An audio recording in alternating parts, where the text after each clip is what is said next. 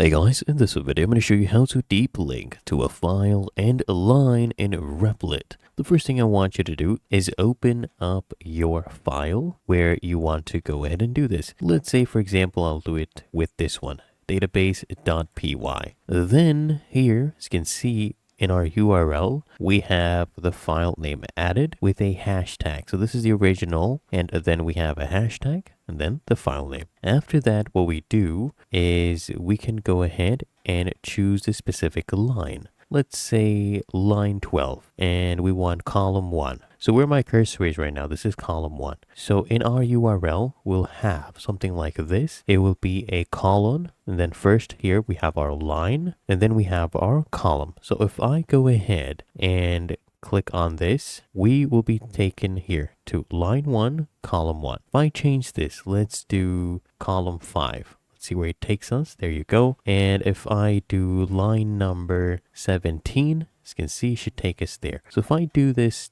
to this one, we have not even opened the file. Just paste in that link, and there you go. It should open up the file, line 12, column 1. That is how to deep link to a file and line in Replit.